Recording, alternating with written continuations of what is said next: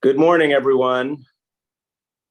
Welcome to the City Planning Commission and our public meeting and a very brief special review session. I hear the church bells telling us that it is 10 o'clock. I can also see it on all of my devices. Today's date is May 25th. My name is Dan Gorodnik, and I am the chair of the City Planning Commission. Before we start today, I just want to take a moment to reflect on the horrible tragedies that continue to unfold around this country as a result of gun violence, from the truly hideous attack in Buffalo just a week ago to the shooting on the New York City subway this past weekend, to yesterday's attack on an elementary school in Uvalde, Texas, an elementary school. Again, these are just unspeakable tragedies. We stand with the mayor and all people of goodwill who want to find solutions to the scourge of gun violence in this country. This is an emergency. It's beyond an emergency. It's not on our agenda for city planning today, but I could not let this moment pass. It affects every one of us, every one of us. And our hearts go out to everyone who has lost a loved one as a result of gun violence.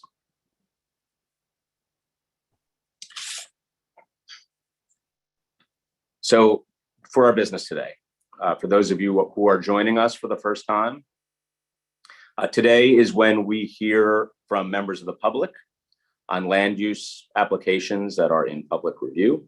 The City Planning Commission will vote on several items, including a few single-family home applications in Staten Island, Bronx, and Brooklyn, and a new facility for the NYPD Queens Special Victim Squad. Hearings today will relate to the use of video conferencing for public meetings, the theater subdistrict fund, and office space for Brooklyn Community Board 17.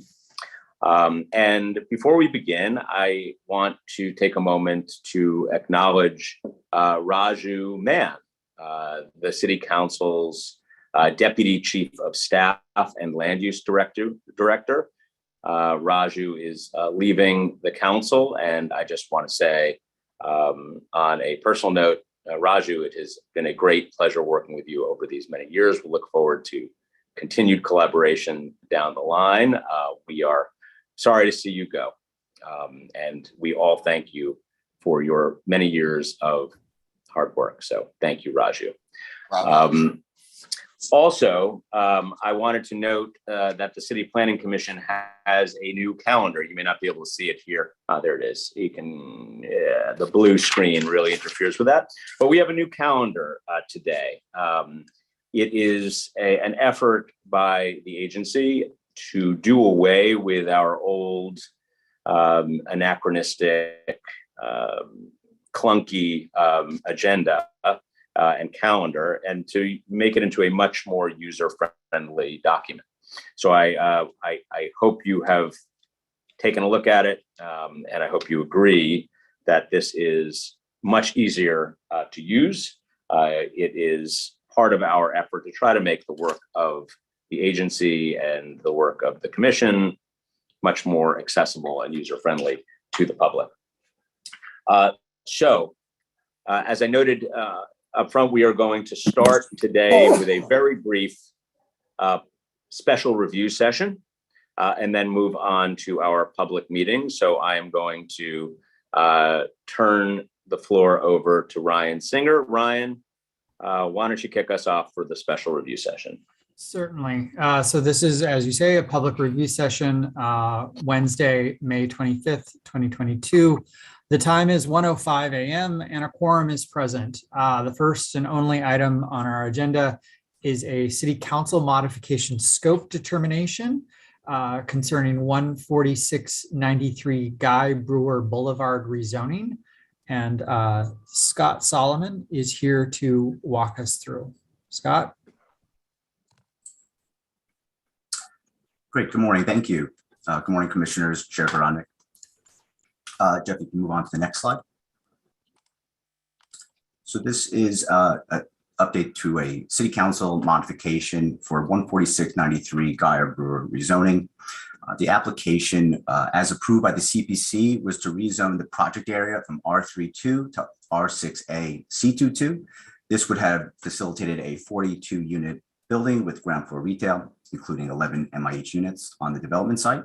Additionally, a projected development site not controlled by the applicant on the northern half of the project area would have generated 26 additional homes and 7 MIH units, bringing the total production to 68 homes, 18 MIH units. Next slide. So the City Council recommended modifying the proposed residential zoning district from R6A to R5B.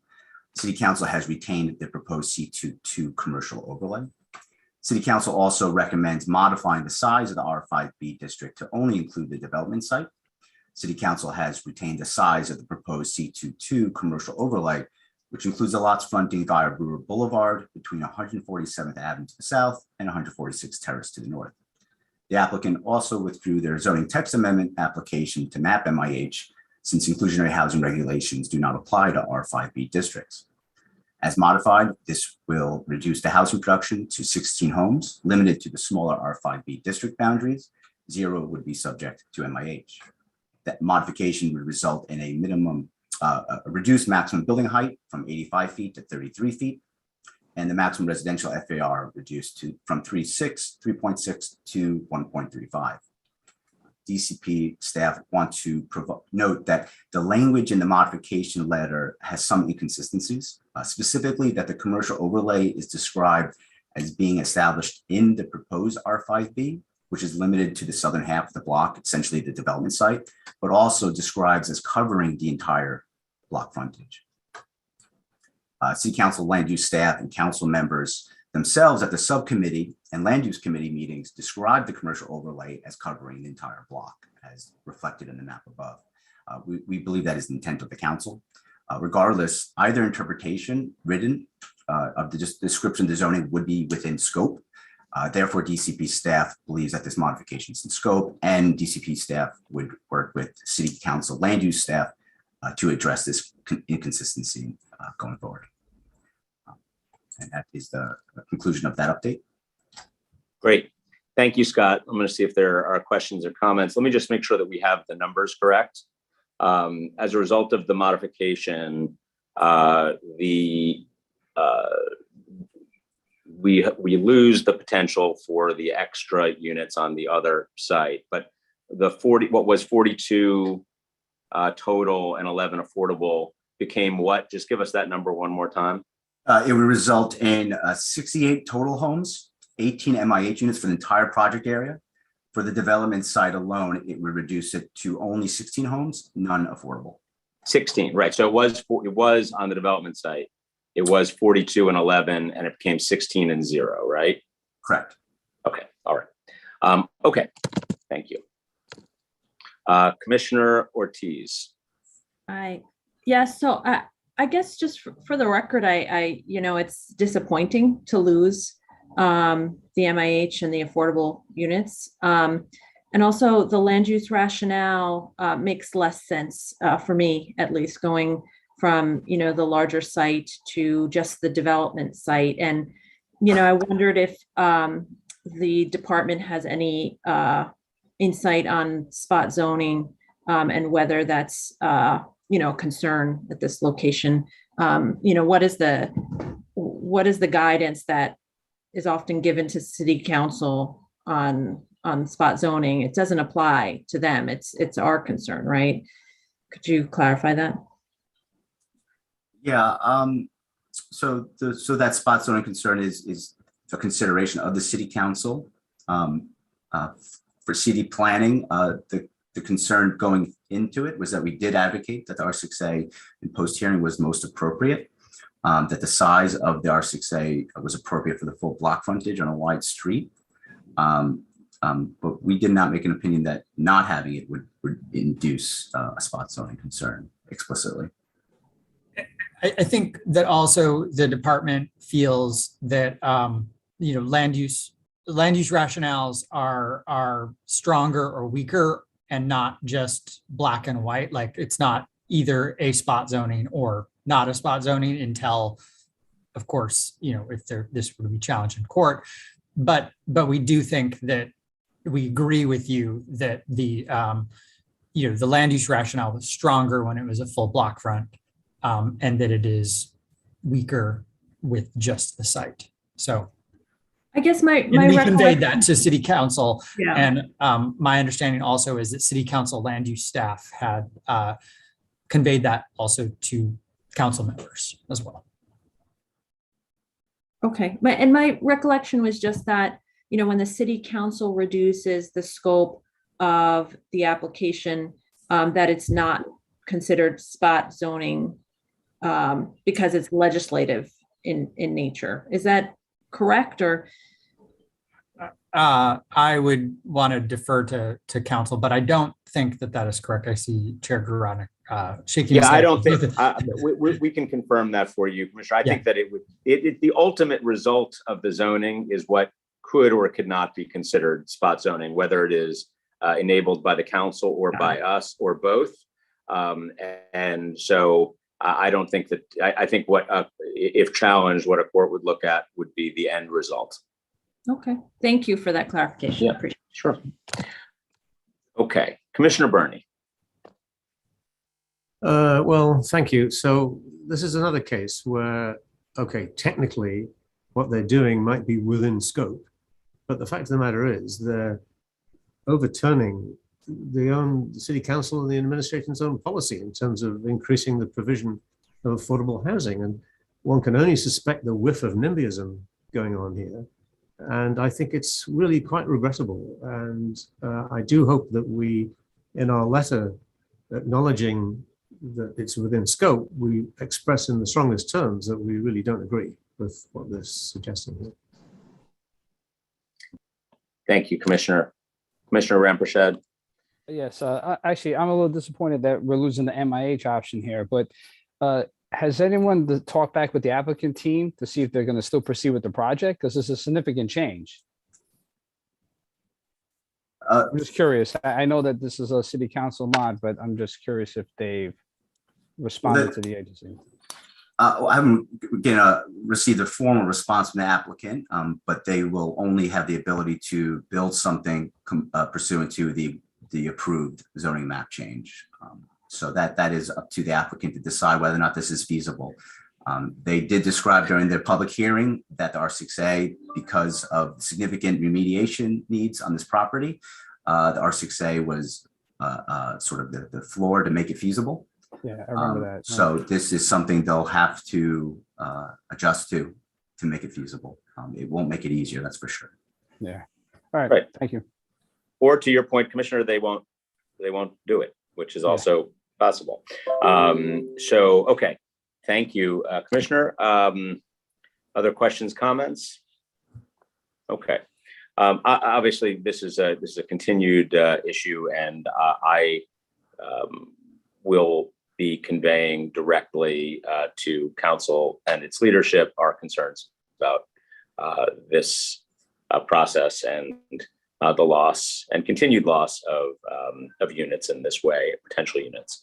But for today's purposes, we have a scope determination only.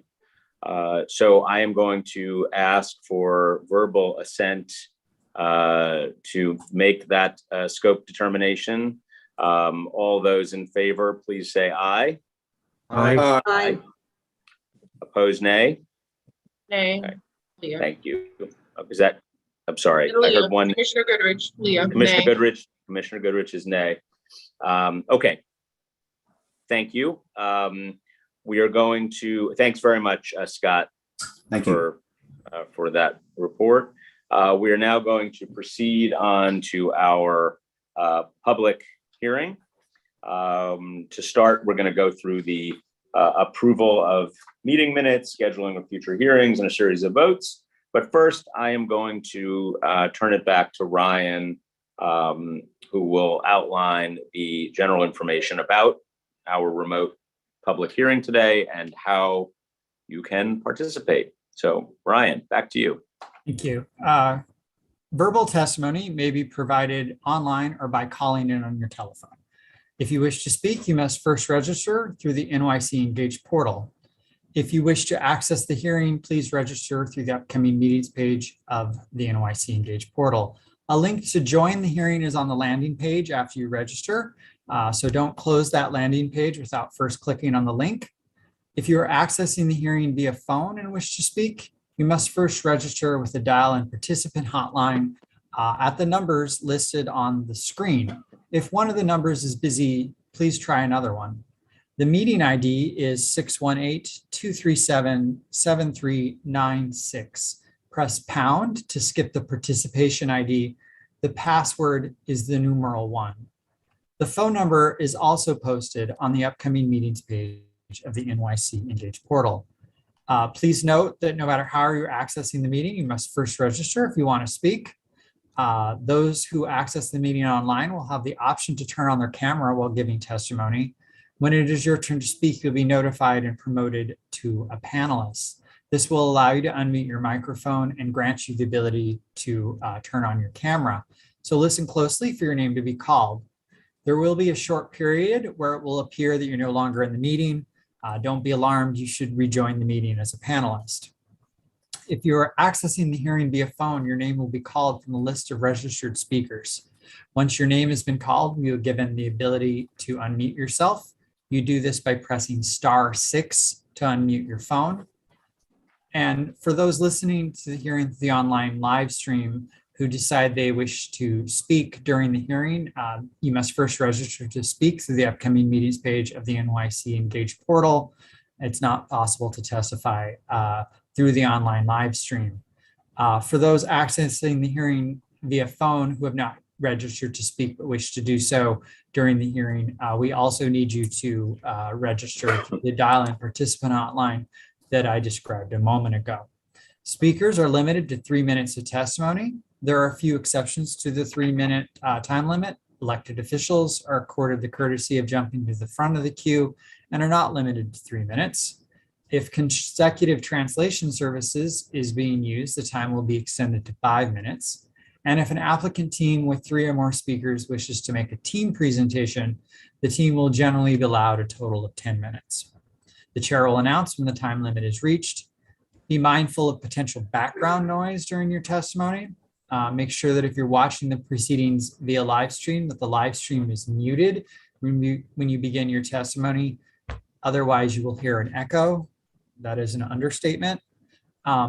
If you wish to submit written testimony, it should be submitted to the Department of City Planning. The mailing and email addresses can be found on our website, planning.nyc.gov. Lastly, note that this remote public hearing is being recorded. Great. Thank you very much, Ryan. Again, welcome to everybody. Mr. Secretary, we have Edwin Marshall filling in today. Mr. Secretary, I'm going to ask you to go ahead and begin the meeting. Thank you, Chair Garodnick. Good morning, commissioners. Good morning, all.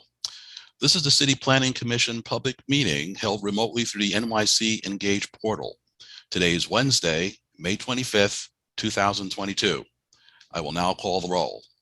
Chair Garodnick. Here. Vice Chairman Knuckles. Here. Commissioner Burney. Here. Commissioner Cerullo. Here. Commissioner Dweck. Here. Commissioner Edie is absent. Commissioner Goodrich.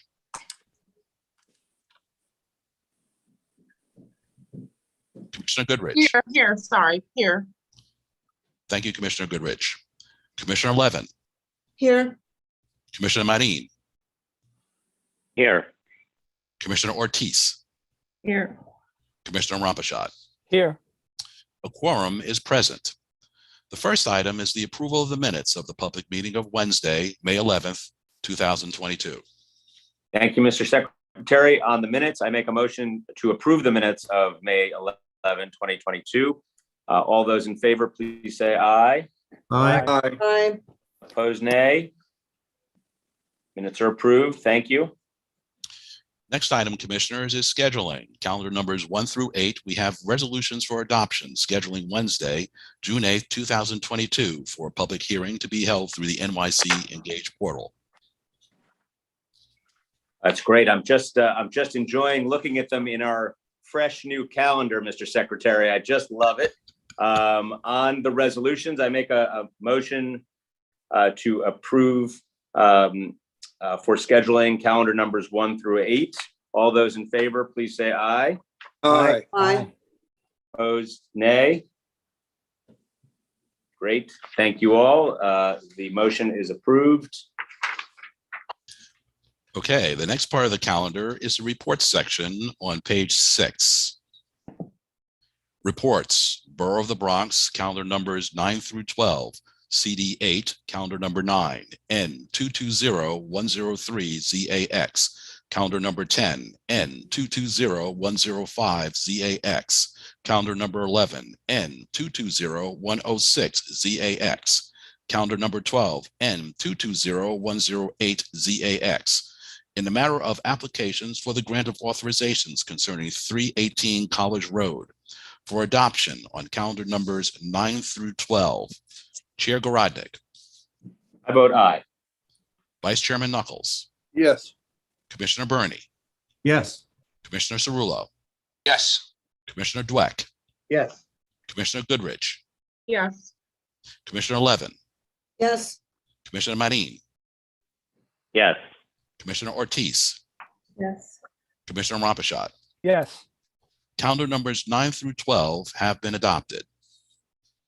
Borough of the Bronx, calendar number 13, CD 8, N220376ZCX, in the matter of an application for the grant of a certification concerning Kelfelson residents, 670 West 247th Street, for adoption on calendar number 13. Chair Garodnick, Aye. Vice Chairman Knuckles, Yes.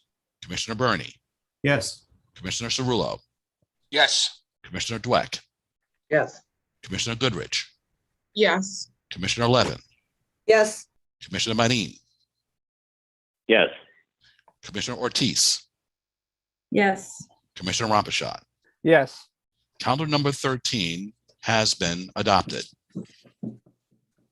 Borough of Queens, calendar numbers 14 and 15 have been laid over. Calendar number 16, Borough of Queens, CD6, N220296PXQ, in a matter of an application for a notice of intent to acquire office space concerning NYPD office space 6920-6930 Austin Street. For a favorable report on calendar number 16, Chair Garodnick, Aye. Vice Chairman Knuckles, Yes. Commissioner Burney, Yes. Commissioner Cerullo, Yes. Commissioner Dweck, Yes. Commissioner Goodrich, Yes. Commissioner Levin, Yes. Commissioner Marin, Yes. Commissioner Ortiz, Yes. Commissioner Rampachat. Yes. Favorable report has been adopted on calendar number 16. Borough of Staten Island, calendar numbers 17 and 18. Calendar number 17, CD3, N220124 RCR, 180 Sycamore Street.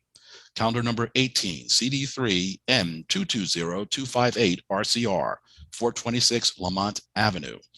In the matter of applications for the grant of certifications concerning 180 Sycamore Street and 426 Lamont Avenue for adoption on calendars numbers 17 and 18. Chair Garodnick, I vote aye. Vice Chairman Knuckles, Yes. Commissioner Burney, Yes. Commissioner Cerullo, Yes. Commissioner Dweck, Yes. Commissioner Goodrich, Yes. Commissioner Levin, Yes. Commissioner Marin, Yes. Commissioner Ortiz, Yes. Commissioner Rampachat. Yes. Calendar numbers 17 and 18 have been adopted. Thank you, Commissioners.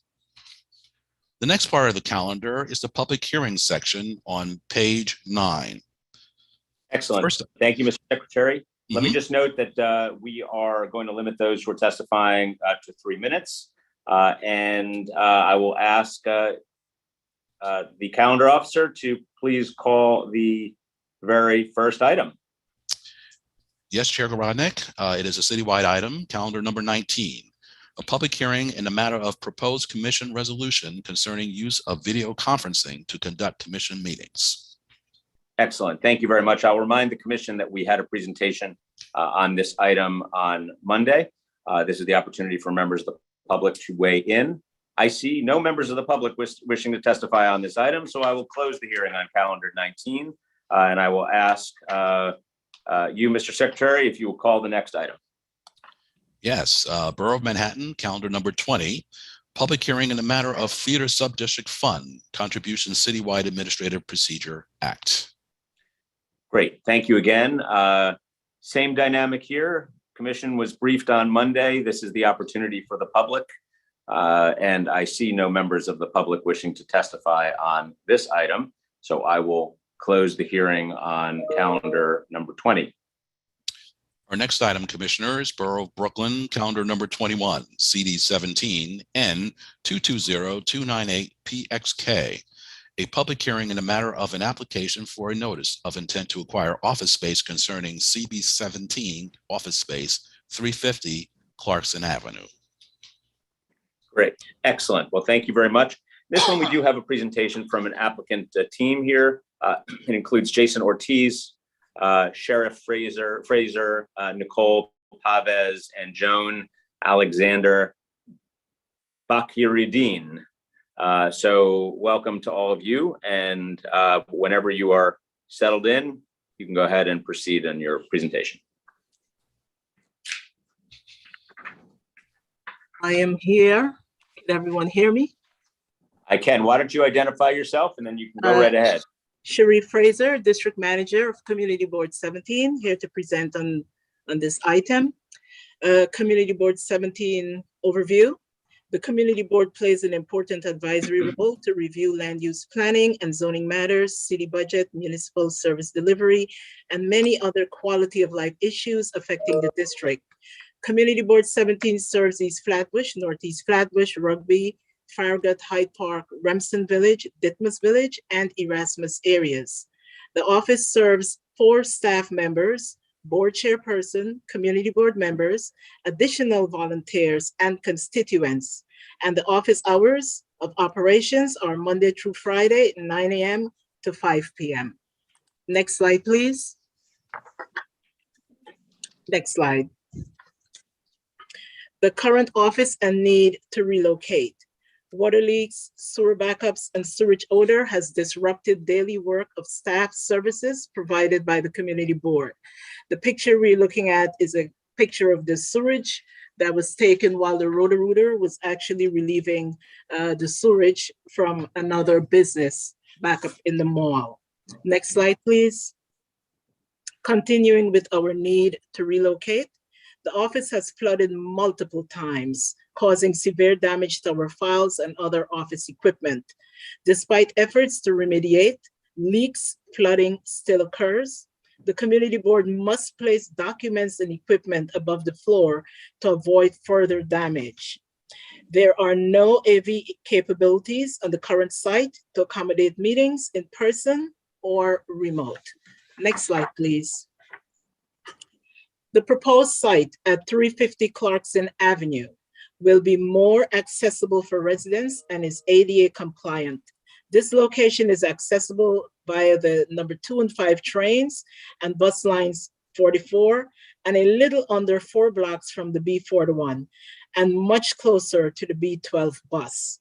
The new office has a more professional office space layout and offers a more secure setting.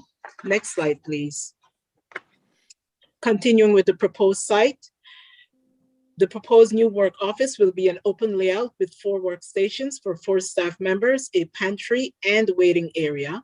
The conference room is accommodating and equipped with AV capabilities that can be used to host our committee meetings and help with in-person and remote meetings. Next slide, please. Included with the presentation is the proposed floor plan, the site floor plan at 350 Clarkson Avenue. As you can see, the floor plan depicts the layout of the proposed office space. Thank you. Great. Thank you very much. We appreciate that presentation. Anyone else from the team have anything else to add, or is that it? Okay. Okay. Sorry. Thank you very Is much. Chair Backerden, I believe Chair Backerden would like to add something to that, please. Of course. Go ahead. Thank you, Madam Chair. Chair. Thank you, Ms. Frazier, and thank you, Chair Gorodnick. And good morning, everyone. As the chairperson for Community Board 7, I feel it would be remiss if I did not chime in here. Ms. Frazier has quite eloquently stated our concerns and our issues. I'd like to amplify the need of the community above all else, making sure that we do create an opportunity. We recreate the opportunity for engagement with our constituents. We're here to serve our community, to make sure that all of their needs, from land use to housing to food equity. I mean, we've had so many unfortunate incidents occur, and we were unable to open our offices, which is what we do regularly, to collect supplies for our families in Haiti and in the Ukraine, and just to make sure that we're able to serve any neighbors that are, food insecure. We could have hosted pantries at Community Board 17. I mean, there's so many different things that we could have done if we were able to, if the venue supported the, again, needs of the community, which is what we as Community Board 17 are tasked with doing. So I thank you so much for indulging my need to reemphasize the community and to center their needs in this moment as we look toward a more community-friendly space. Thank you for listening to me. Thank you, Madam Chair. We appreciate that. And let me note our appreciation to you and to your colleagues on the board for your service to the city. And also, it's obvious from those images and what we've heard about the existing space about your need for a renewed opportunity to serve the neighborhood with better space. So thank you for being here. And also, I like your cool backdrop. Just it had to be said. I like it. Okay, hold on. Let me see if anybody has any other questions or comments. I forgot to also center the staff in this as well, because they daily have to deal with this, and they've been displaced for quite some time as a result. So I want to make sure that we holistically look at everyone, from the people that serve the community, myself, district manager, and staff, and the board members, to the community itself. So go ahead. Okay, good, fair point. Thank you for adding that. Commissioner Levin. Yeah, I actually had a question, but I just want to observe, there's several of us on this commission who are past community board members. So to the speakers from CB17, we fully appreciate the importance of your work, and also some of the challenges that you face, and particularly in finding office space. That's always a struggle for community boards. My question is about the condition of the new space. It looks like it's a new building. Will there have to be a build out period? What condition is it in now, and how long before you can move in? Hi, this is Jason Ortiz. I can answer that. I'm with DCAS. Go ahead, Jason. Okay, great. The relocation site is a brand new affordable housing building, and it's at the ground level. It's a retail component of the building, and there will be a build out as part of this relocation. And the timing involved? The occupancy is approximately 6 months from lease execution. And we're projecting lease execution in maybe the next 2 months, 3 months, if we can get this approval quickly. Right. And it's only after occupancy that the work can be done to build it out? No. The work happens after lease execution. The landlord has the lease. He can commence the work. Oh, I see. And okay, it takes about 6 months from so that the landlord's point. doing the work. Okay. Right. Excellent. So that's what's happening in the 6 months. Correct. Okay, good. Thank you. Thank you, Commissioner Levin.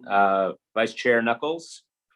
Thank you, Chair. I just wanted to address this question to the Chair of the Community Board.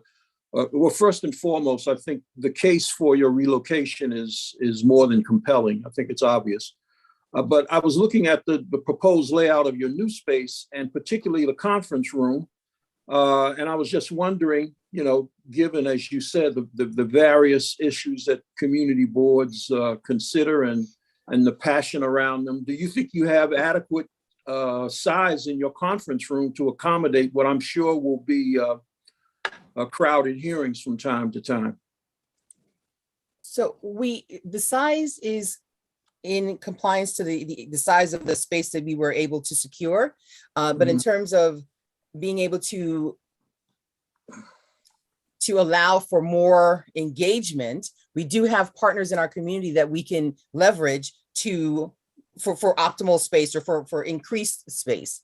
So, there's never, I don't think from our lens, there's any such thing as the perfect size for the conference room, meaning that it's never going to be large enough, because that's just the sheer volume of people that we see on a regular basis that Ms. Frazier and her staff serve.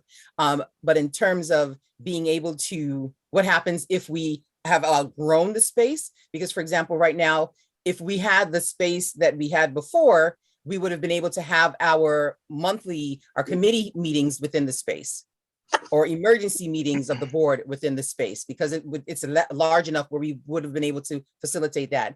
Anything beyond that, where we need to allow the community in, then we would have, for example, we utilize the auditorium at Downstate Hospital. Right, so we do have fantastic partnerships that we've cultivated throughout the years. Ms. Frazier and staff and myself, I've got engagement with several community members and partners. So we leverage that on a regular basis because, again, community comes first. But in terms of the space being large enough, from my lens, it's never large enough. But it is what we have for now. Thank you. Thank you, Vice Chair Knuckles. Okay. Thank you all. I do not see any other members of the public. I'm going to give them a last chance here, just to make sure that I'm not missing anybody. To see if anybody other than the applicant team is interested in testifying on this item. I see none. So I will thank you very much, Madam Chair, and to your colleagues and the DCAS. Thank you for your presence here and for your service. So I'm going to close the hearing on calendar number 21. And I am going to ask the calendar officer, Mr. Marshall, if there's any other business before the commission today. No, Chair Garodnick, there isn't any additional business before the commission today, but I do have a brief public announcement I would like to make. Please. For those of you who were unable to or did not wish to testify, you can submit written testimony online by selecting this hearing on the upcoming meetings page of the NYC Engage portal, through DCP's webpage, or by mailing your comment to City Planning Commission, Calendar Information Office, 120 Broadway, 31st floor, New York, New York, 10271. Excellent. Thank you very much, Mr. Secretary. Thank you for filling in today. We appreciate it. And commissioners, thank you for your presence. And I think this may be a record meeting here in 38 minutes. I would also like to just very briefly thank the staff of the Department of City Planning for all of their work. And with that, this remotely held meeting is adjourned. Thank you all. Meeting adjourned, time 10:38 a.m.